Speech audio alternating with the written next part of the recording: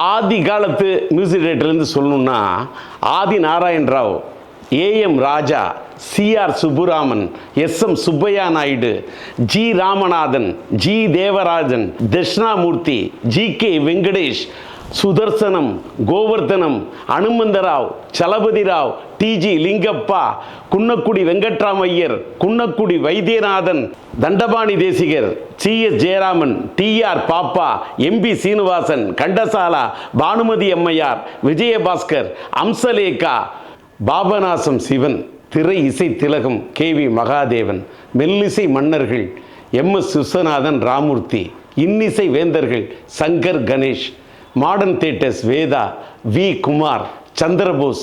இப்படி ஒரு காலகட்டம். அடுத்த ஒரு கட்டத்தை எடுத்துக்கிட்டிங்கன்னா அது இசைஞானி இளையராஜா, எல் வைத்தியநாதன், நரசிம்மன், கார்த்திக் ராஜா, தேனிசை தென்றல் தேவா, வித்யாசாகர், தீனா, பரத்வாஜ், மணிஷர்மா, கீரவாணி. அடுத்த ஒரு லிஸ்ட் எடுத்தா அது இசை புயல் ஏஆர் ரகுமான், ஹாரிஸ் ஜெயராஜ், யுவன் சங்கர் ராஜா, ஆதித்யன், ஜிவி பிரகாஷ், தரன், ஸ்ரீகாந்த் தேவா, சத்யா, சிற்பி, பரணி, தேவிஸ்ரீ பிரசாத், தமன், டி இமான், விஜய் ஆண்டனி, சந்தோஷ் நாராயணன், திபு, சாய் அபயங்கர். நான் லிஸ்ட் போட்டேன்னு வச்சுங்களேன், நீண்டுக்கிட்டே இருக்கும். மறைந்து விட்ட நம்முடைய அந்த காலத்து சூப்பர் ஸ்டார் தியாகராஜ பாகவதர் இருக்கட்டும், மறைந்து விட்ட நம்முடைய பியூ சின்னப்பா இருக்கும், அவங்களோட காலத்தெல்லாம் பாட்டு தான். இன்னும் சொல்ல போனால் பாட தெரிந்தவர்கள் தான் கதாநாயகனாகவே ஆக முடியும். மறைந்து விட்ட டிஆர் மகாலிங்கம், அவரோட வாய்ஸு பாட்டு, திருச்சி லோகநாதன், இவரெல்லாம் பாடணும். மறைந்து விட்ட பானுமதி அம்மையார், அவங்க பாடுவாங்க. வரலட்சுமி அம்மா, அந்த அம்மா பாடுவாங்க. பாட தெரிஞ்சவர்கள் தான் இன்னைக்கு நடிக்க முடியும்னு ஒரு காலகட்டம். அது மட்டுமல்ல, பாட்டு எத்தனை பாட்டு இருக்கும்? 18 பாட்டு, 20 பாட்டு, 18 ரீலுக்கு ரீல் பாட்டு இருக்குங்க. அத்தனை பாட்டு இருக்கும். பாட்டு எத்தனை பாட்டு இருக்கோ அதை வச்சு தான் பாட்டு படமே ஓடிச்சு. அப்புறமா என்னாச்சு, 18 பாட்டு மாறி ஒரு 10 பாட்டாச்சு, 10 பாட்டு 8 பாட்டாச்சு, அப்புறமா 6 பாட்டாச்சு. இந்த காலகட்டத்தில் இங்கிலீஷ் படம் ஸ்டைலில் பாட்டே தேவையில்லை அப்படின்னு ஒரு ட்ரெண்டை கொண்டு வரலான்னு நினைக்கிறேன். அது இல்லைங்க, அது ஒத்துக்கவே முடியாதுங்க. இப்போ தக் லைஃப்பில் சின்மை பாடின பாட்டை ஏன் படத்தில் அது இல்லை, அதை எடுத்திருக்கலாமே அப்படின்னு ஒரு விமர்சனம் வருதா இல்லையா? பாட்டுக்குன்னு ஒரு அங்கீகாரம் இருக்குங்க, பாட்டுக்குன்னு ஒரு ஈர்ப்பு இருக்குங்க. நமக்கு ஹிந்தியில் மொழியே தெரியாது. மொழியே தெரியாட்டா கூட பாபி படம் ஏன் ஓடிச்சு, யாதுன் கி பாரத் ஏன் ஓடிச்சு, எத்தனை படம் சொல்லணும். எல்லா படமும் மியூசிக்கல் ஹிட். ஆராதனான்னு ஒரு படங்க, நமக்கு ஆராதனாவை நம்ம போய் ஆராதனை பண்ண ஆரம்பிச்சிட்டோம். ராஜேஷ் கண்ணாவை ஏன் கொண்டாடணும், ஏன் ஷர்மிளா தாக்கூர் கொண்டாடணும்? பாபி படம், மேஷாயர் அந்த படம், மேஷாயர் தோ நகி, அது அது என்ன லிரிக்கு? அப்போதான் ஷாயர்னா என்ன, அந்த நகினா என்ன? ஒரு பக்கம் சங்கீதம் என்று சொன்னால் இன்னொரு பக்கம் சாகித்யம். இந்த சங்கீதத்தையும் சாகித்யத்தையும், சாகித்யம் என்று சொன்னால் பாடல் வரி, ரெண்டும் சேர்ந்தாதாங்க பாட்டுக்கு உயிர்.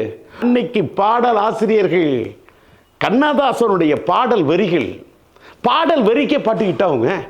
அந்த ராகம், அந்த பாட்டு வரி ரெண்டுமே அப்படியே பாலில் கலந்த தேனா, பாலில் ஊற்றப்பட்ட பழ ரசமா, அது சொல்லவே அது அது என்ன இல்லை, அமுதமா இல்லை பஞ்சாமிர்தமா, அப்படி இந்த பாட்டு இருக்கணும். அந்த பாட்டோட வரி இருந்ததுனால தான் அந்த வரிக்கு ஏற்ற அந்த டியூனு தூண்டுச்சு அவர் எழுத வச்சுது. அந்த பாடல் வரி எம்எஸ் விஸ்வநாதனை டியூன் போட வச்சுது, கேவி மகாதேவனை டியூன் போட வச்சுது. ஏன் இவ்வளோங்க இளையராஜா அப்படின்னு வந்தார ஒரு சகாப்தம். எப்படின்னு கேட்டாக்கா, பல இயக்குனர்களுக்கு, புதிய இயக்குனர்களுக்கு, பல இயக்குனர்களோட படம் ஓடினதுக்கு காரணமே இளையராஜான்னு சொல்கிறது அந்த இயக்குனர்களை ஒத்துக்கிறாங்க. எடுத்துக்குங்க, ஆர் சுந்தரராஜன் அவருடைய பாட்டில் படத்துக்கெல்லாம் அவ்வளோ பாட்டு ஹிட்டு இளையராஜா தான். மதர்லேண்ட் பிக்சர்ஸ்னு ஒரு தயாரிப்பாளரோட படத்தில் அத்தனை பாட்டு ஹிட்டு. மோகன் என்ற ஒரு கதாநாயகன், என்னோட நண்பர் தான் மோகன், அவர் மெய்க்கு பிடிச்சி பாடான்னு சொன்னால் அவர் மெய்க்கு மோகனை பட்டம் கொடுக்கக்கூடிய அளவுக்கு அத்தனை பாட்டு, எத்தனை படங்கள். ஒரு இளைய நிலா பொழிகிறது, அந்த பயணங்கள் முடிவதில்லை, காலத்துக்கும் அந்த பாடல் அழிவதில்லை, இன்னைக்கு அந்த பாட்டு ஹிட்டு. அது மட்டுமல்ல, ஒரு ஆர் சுந்தரராஜன் இல்லை, ஒரு மணிவண்ணன் இல்லை, ஒரு மனோபாலா, ரங்கராஜ், எத்தனை இயக்குநர்களுக்கு ஒரு இளையராஜா அவர்கள் பேக் போனா இருந்திருக்காரு. ஏன் மறைந்துவிட்ட இயக்குனர் சிகரம் பாலச்சந்தருக்கே ஒரு சிந்து பைரவி எத்தனை பேர் என்ன வந்து கொடுக்கலாங்க. ஒரு சிந்து பைரவியில அவர் கொடுத்த அந்த டியூனை யாரும் கொடுக்க முடியாது. அடுத்து இசை புயல் ஏஆர் ரஹ்மான் அவர் வராரு. அவர் ஏன் நின்னாரு? சின்ன சின்ன ஆசை, சின்ன வரி, அந்த இசை மென்மையான இசை. இளையராஜாவுக்கு அடுத்து ஒரு ஏஆர் ரஹ்மான் நிற்கிறாருன்னா மக்கள் பார்க்குறாங்க. இது இளையராஜா தெரியுது, இது ஏஆர் ரஹ்மான் தெரியுது. அந்த தனித்தன்மை தெரிஞ்சால் மட்டும்தான் ஒரு இசையமைப்பால் நிற்க முடியும். ஏஆர் ரஹ்மான் நிற்கிறாரு. அவருடைய காலகட்டத்தில் தான் ஹாரிஸ் ஜெயராஜ் வர்றாரு, யுவன் சங்கர் ராஜா வர்றாரு.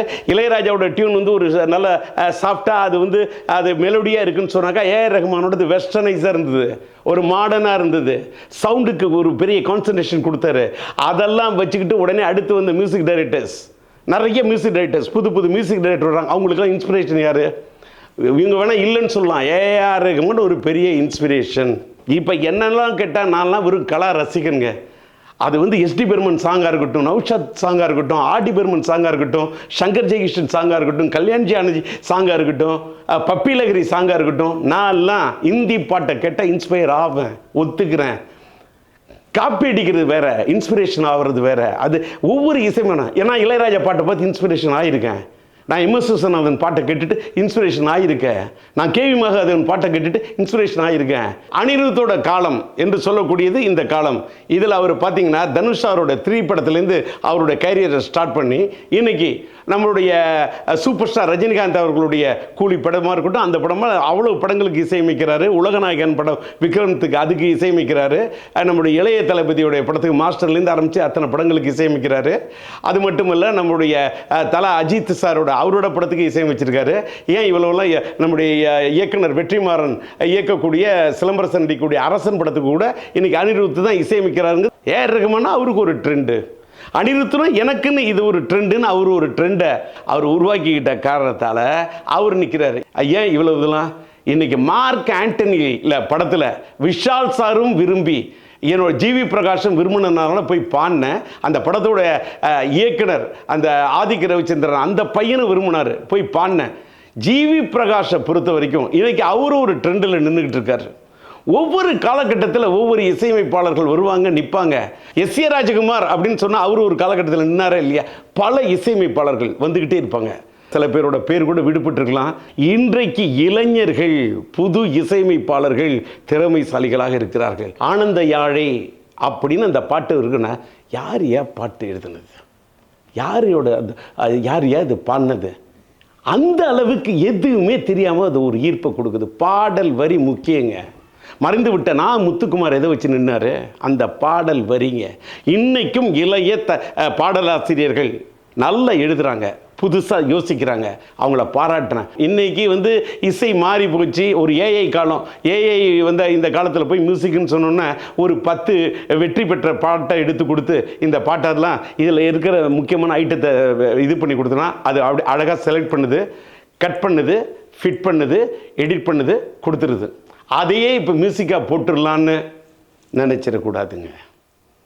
ஏஐ காலம் இருக்கலாம், அதை உறுதுணைக்கு பயன்படுத்திக்கலாம்.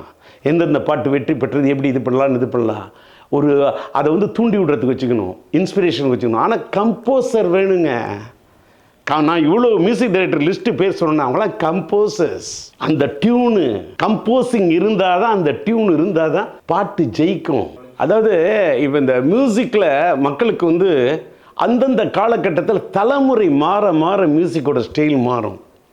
இப்போ நம்மளுடைய மறைந்துவிட்ட தியாகராஜ பாகவதரோட காலத்தில், பி. சின்னப்பா காலத்தில் பாட்டு கேட்டவங்கள அது கொஞ்சம் கிளாசிக்கல் டச் இருக்கும். அதாவது கர்நாடக சங்கீதத்தை பேஸ் பண்ணி அது ஒரு காலகட்டமாக இருக்கும்.